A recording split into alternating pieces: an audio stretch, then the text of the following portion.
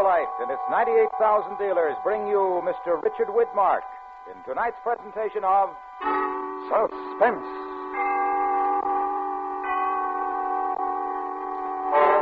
Tonight, Autolite presents the true story of a world of the dead. It's the documented account of one man left alone on a tiny Pacific island, a wasteland of no living thing, an island made of 3 square miles of fear. The story is called How Long is the Night? Our star, Richard Widmark.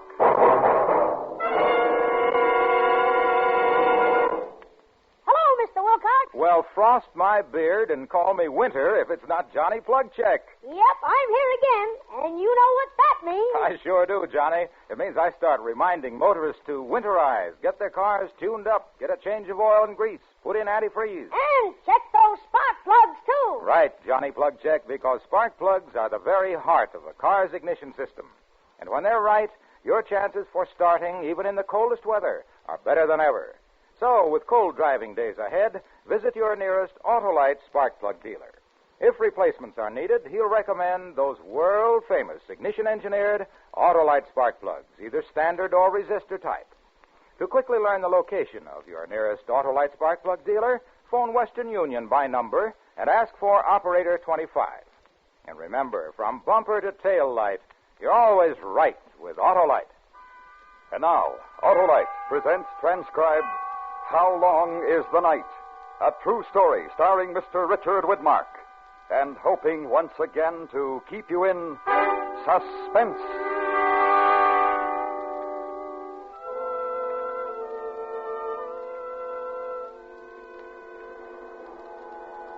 It was no different than any other night. It was hot. The same warm wind blew up from the south end of the island. Along the west beach, a line of dirty white foam spread out where the breakers came up on the sand. The moon had already gone down. Across the lagoon, there was nothing. No lights, no sounds. It was the same as the day before. The same smell hanging over the water and the land. The smell of a world gone dead. They came and woke us up a few minutes before 3 a.m. The 3 of us got dressed and they gave us breakfast. We checked our equipment, then we took our positions with the other men. We wore protective helmets with specially treated linings. Over the eyes, a pair of heavy-duty goggles. Jackets, trousers, gloves, all specially treated for protection. Our boots were spread with linings of lead. We waited. The dawn came up fast. I think it was about 5:30. We kept watching the horizon over to the east, a faint outline of an island. The warnings began to come in over the earphones. Bomber Boy 1, 2 minutes before actual time. Mark, 2 minutes before actual time. Adjust all goggles. Stand by. The month was May. It was beautiful. I took one more look before I strapped on the goggles. The blue water of the Pacific. The green islands near and in the distance. The islands of Enewetak. The month was May. A piece of the earth was getting ready to die. Bomber Boy 1, 1 minute before actual time. Mark, 1 minute before actual time. Stand by. A single bird passed overhead, pointing for the horizon. There was the faint barking of a dog. Then it was quiet. Bomber Boy 1, 30 seconds before actual time. Mark, 30 seconds before actual time. We waited for the split second. We waited for the sound of it. Bomber Boy 1, 15 seconds before actual time. Stand by. 10 seconds.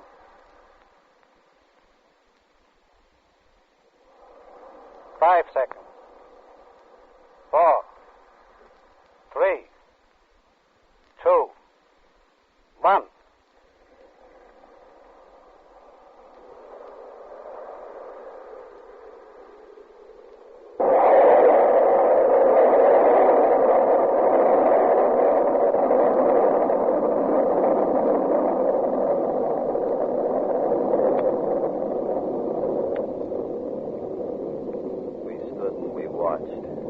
The huge body of the ocean heaved and shuddered. The island shook.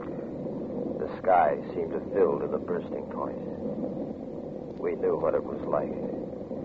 The most powerful atomic bomb yet conceived. The man next to me turned and stared. His mouth was open. There was only one thing to say. He said it. Warner? Warner? Yeah. Dear God. Dear God.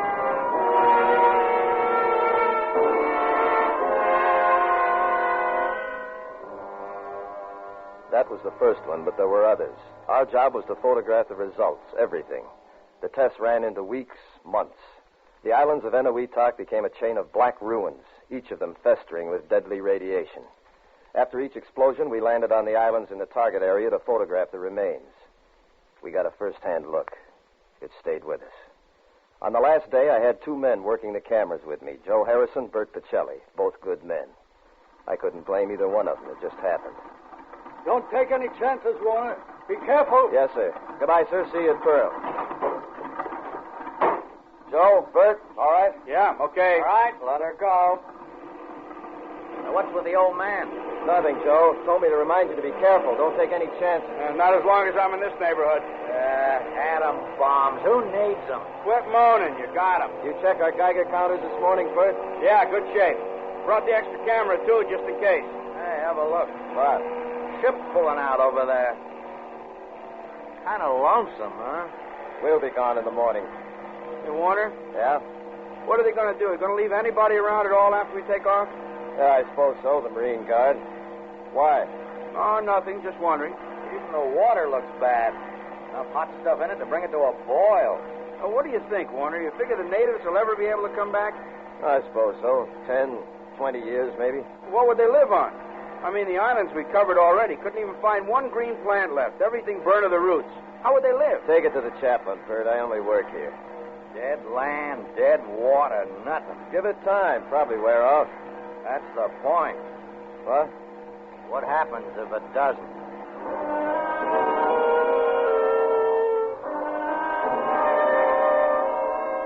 That's the last thing I can tell you from memory. What was said, what was done. The rest of it's just as I put it down in the log. The last trip. Island 27. It's a few minutes past 1200. We've just landed at Transfer Point C. Most of the men have left here already. Skeleton crew standing by. There's one LST left at the landing pier. Harrison, Pacelli, and I move our camera equipment on board. 12:20. We clear the reef and head north for Island 27. Weather overcast. Hey, that's it ahead, isn't it? 27? Uh-huh. Joe, want to take her a couple of points starboard? We'll put her right up there, head of the beach. Okay. Tub sure take their time. Too bad the plane couldn't have brought us in closer. Well, they still need landing strips. Brought us as far as they could. Hey, Warner, Yeah? this number 27. I thought it was on the fringe of the blast area. That's the way I get it. Why? Try your Geiger counter. Kicking up? Give a listen. Yeah. How about that? Warm dose for a fringe area. Well, you got fair warning. As soon as we land, keep moving. Don't waste any time. Make it go as fast as you can. How about your sidearms, your canteen? All okay, I'm set. Yeah, same here. With any kind of luck, we'll be back at the base for supper. All right, Joe, hold it steady. Right. What's the matter? You look worried. I'm not worried. It's just another island. I'll feel better when we're leaving. Hey, take it easy. Won't hurt a bit. That's what they told him at Hiroshima.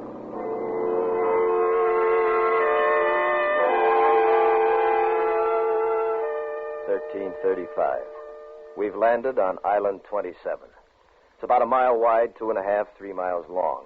It's like a dozen other islands we've covered in the test area. The same smell of death and dying. As usual, our lives depend on our Geiger counters. They measure the radioactivity bombarding us as we move through the contaminated area. When the clicking sound is slow, the location's fairly safe. When it speeds up, it means the radiation's getting intense. As soon as we landed on the beach, my counter started turning over. We keep moving. The beach is littered with the remains of birds and fish, the life scorched out of them. The sand is burned jet black. There's no breeze. The sky is still overcast. We stop moving only once to lay out a plan of operation. What do you think? How do you want to cover it? Well, Joe, you take the upper end of the island, huh? Cover everything down to that first inlet there. See what I mean? Yeah, okay. And Bert, you cover from the inlet down to here, okay? Right. I'll work everything from here down to the lower end. Now keep moving, but don't rush it. And try and keep in sight as much as possible. If anything happens, if you need help, fire your sidearms. 2 shots, got it? Sure. Right. Okay, let's move.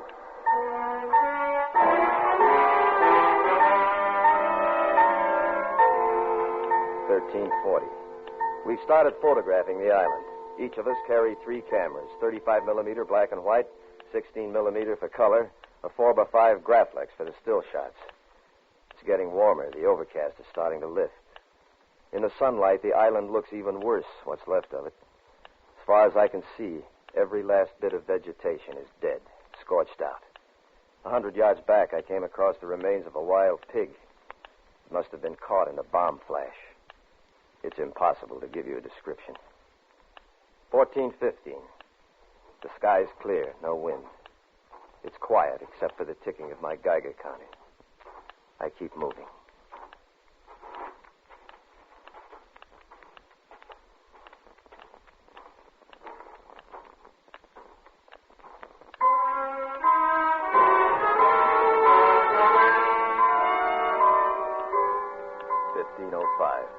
There's not a breath of wind. It's hot. I have to keep moving. There's plenty to photograph, good specimens. I've just taken some color film of a piece of coral. Looked like portions of it were melted by the heat of the blast.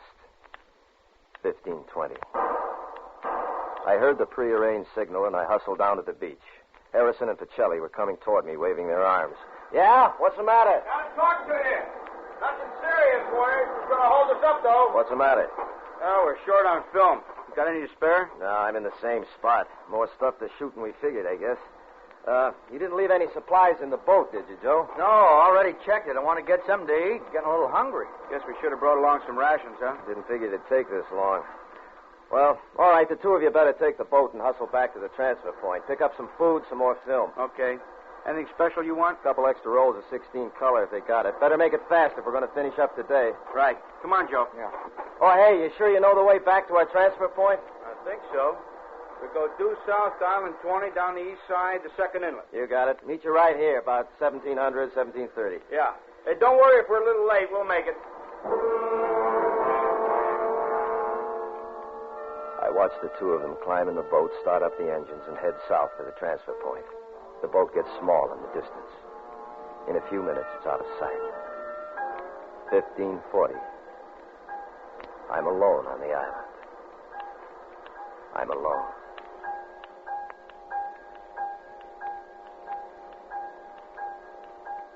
$15:45. I found out a couple of minutes ago that there's something else alive on this island besides me. I spotted it moving in a charred tangle of brush about 50 yards inland from the beach. I took a look. It was a small bird, dark colored. Apparently, he'd been exposed in one of the test blasts. One whole side of him was a bright red burn. He had 1 leg and 1 wing. He floundered helpless on the ground. The 1 wing kept flapping. The first impulse was to pick him up. I reached over and held my Geiger counter directly above him.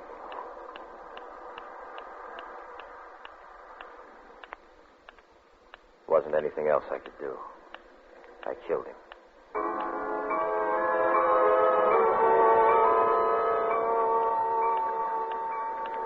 $16:30. I've just shot the last of the film, and I'm back at our rendezvous point on the beach. Harrison and Pacelli haven't shown yet. I keep watching the horizon to the south. No sign of them yet.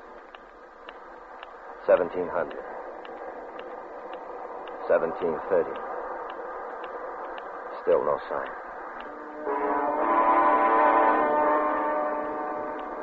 18:30. It's practically dark. Just a glimmer of light over in the west. 18:45. It's dark, pitching. No light, no sound. Only the Geiger counter. I keep looking out in the darkness across the water. No sign of the boat. I can feel the panic starting in. Where are they? When are they coming back for me? Are they coming back at all?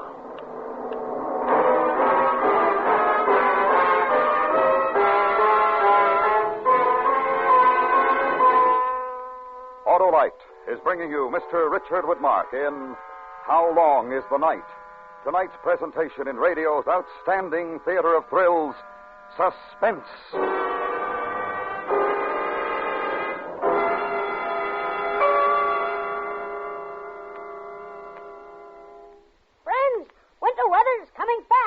And if you want your car to last, you'd better hurry and be wise, for now's the time to winterize. Right, Johnny Plugcheck. It's time for a change of oil and grease, antifreeze.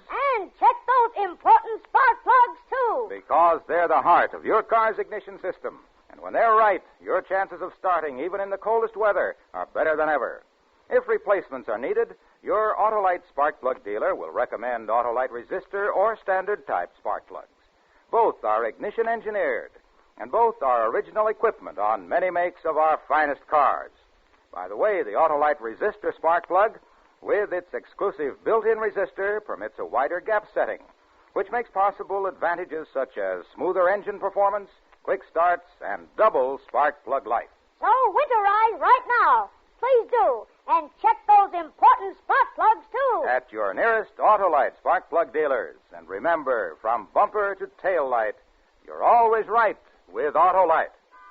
And now, Autolite brings back to our Hollywood soundstage Mr. Richard Widmark in Elliot Lewis's production of How Long is the Night? A true story, well calculated to keep you in suspense.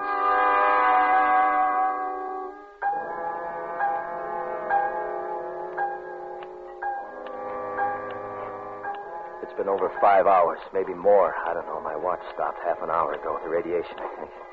I haven't drunk any of the water from my canteen yet. I decided to go slow with it. I haven't got any idea how long I'll be here. I keep walking. There's not much feeling left in my legs. If I could only sit down just for a minute. But I can't. Gotta keep walking. The Geiger counter's the only thing that keeps me awake. That and the motion of walking. The moon's been up for about 2 hours now. It throws enough light to give me some idea where I'm going. I don't know how long it's going to last. There's a high bank of clouds drifting toward it. If I only had a light. If the boat had only come back for me. What could have happened? Why would they do something like this to me? I keep walking.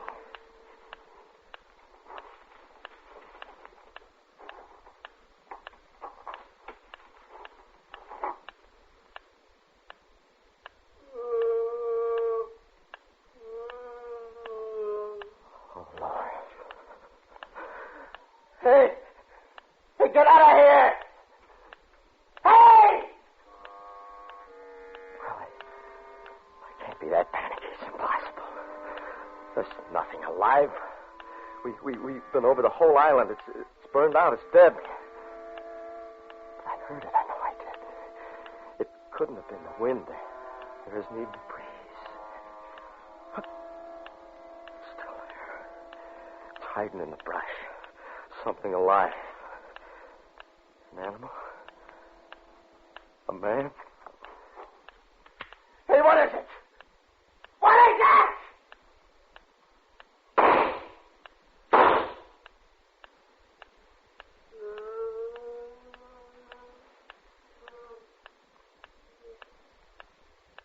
It's gone. Somewhere back in the brush. I guess I scared it off with the gunshots. I start walking again, and the trembling in my legs works off. But my mouth and my throat, they're dry. I debate a few minutes before I reach for my canteen.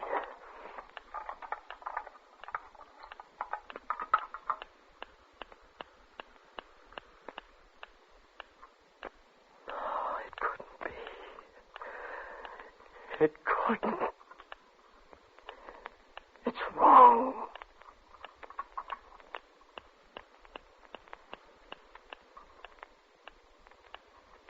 There's no mistake. Reaction the same. It's no use. My drinking water. Radioactive.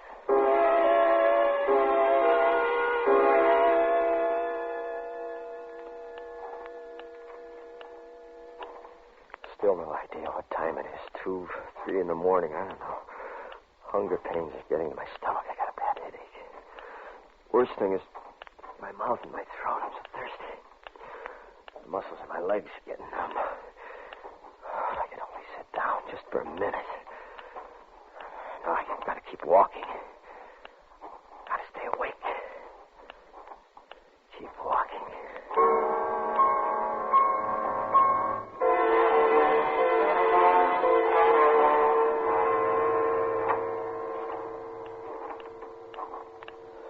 somewhere inland now, north end of the island.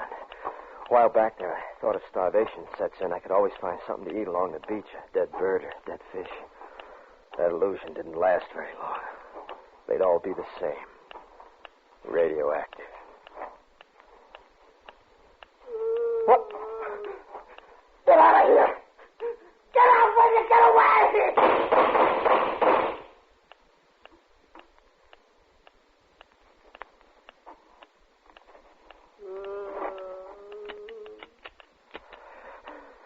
Then I grabbed the gun flat in my hand. The sound came closer. I brought the gun back and I threw it with all my might. And I missed. I turned. I ran.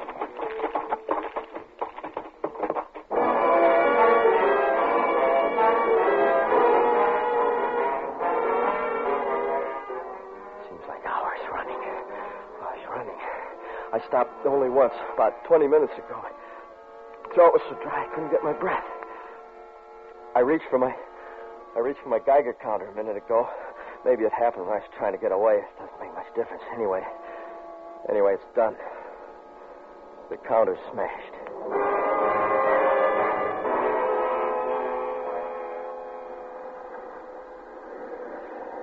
I'm here, finally. I'm at the beach. No, just in time, too. The moon's gone down. It's dark again, pitch dark. I don't care. There's nothing. There's no water, no food. The gun's gone. Geiger counter's smashed. It's gone. It's gone, everything. It's followed me back. Still there. It's right up there in the brush. Right at the edge of the brush. It's waiting for me. It's waiting for me. But Jelly! Harrison, why don't you come? What happened? Why don't you come for me? What time is it? It's still dark. How long's the night? How long? What time? What time is it? 4 o'clock? 5? What time? Oh, it's just no use. Prayer. Yeah, say a prayer. Which one? Our Father who art in heaven. Hail Mary, for us. Pray for us. Pray for us.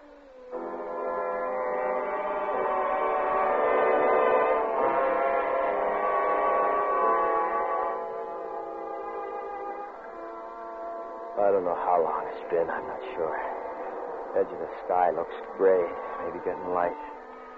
I've gone down to the very rim of the beach. I'm facing inland, my back to the water. I haven't heard the sound lately. Last half hour, anyway. And I don't care. But over there, over in the east, it's gray. The whole sky. It's getting light. It's getting light.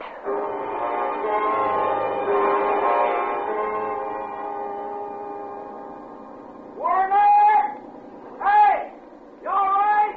Shelley and Harrison, they come for me. I wasn't thirsty anymore. I wasn't hungry. I was alive.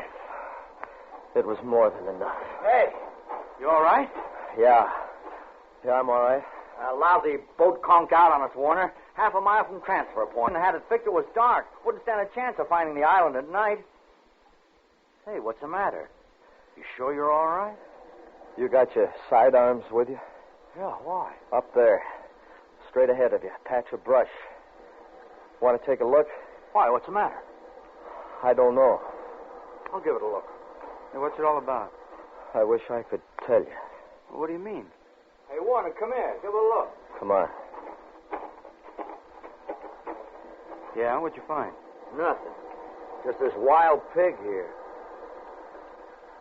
Wild pig. Yeah, the islands are full of them. I think he's still alive, see? Barely alive. Look at the flash burns, the skin. Pretty horrible. Wild pig. Yeah. You want to take care of it, Joe? Okay. Rest in peace. Amen. Huh? Warner, You're sure everything's all right? It's been a long night, Bert. Let's go home. Anything we can do for you? Anything you want? Yeah. I want to sit down. I just want to sit down.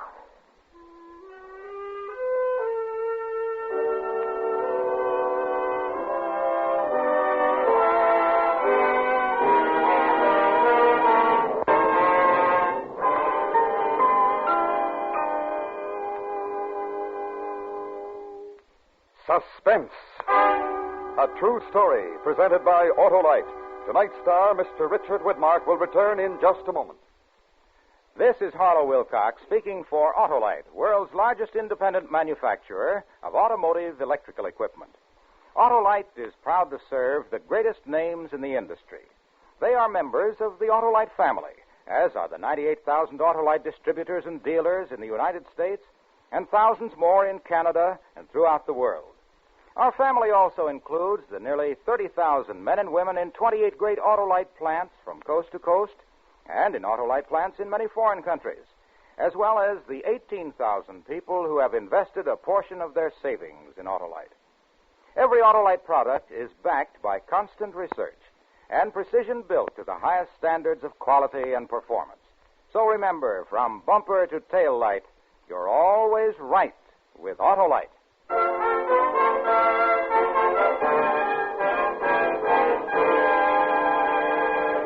And now I'd like to present our producer-director, Elliot Lewis. Thank you, Harlow. Dick, I'm very happy to announce that a poll of the regular radio performers who support our guest stars each week on Suspense has named you as the winner of the first annual Golden Mike Award as Best Actor of the year 1951 on our Theater of Thrills series. And here's something for the mantel over the Widmark fireplace, our Golden Mike trophy. Well, Elliot, this is one of the nicest things that ever happened to me in radio. And I just can't tell you how grateful I am. But I think a great deal of the success of all your fine suspense shows should go to the players who took part in this poll. Anyway, thanks a lot. Next week, the winner of the Suspense Golden Mike Award for Best Actress, Miss Ann Baxter, who with song and story will tell of the death of Barbara Allen. The dramatization will be heard on Suspense. Suspense was transcribed and directed by Elliot Lewis, with music written by Lucian Morwick and conducted by Lud Gluskin. How Long is the Night was written for Suspense by James Mosher from a true report by Warner Tobe, Jr. Featured in the cast were Jack Crucian, Joseph Kearns, and Herb Butterfield. Richard Widmark's next starring release for 20th Century Fox will be My Pal Gus.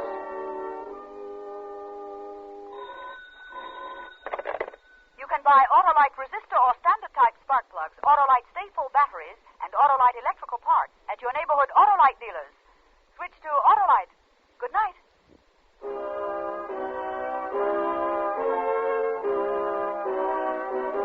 This is the CBS Radio Network.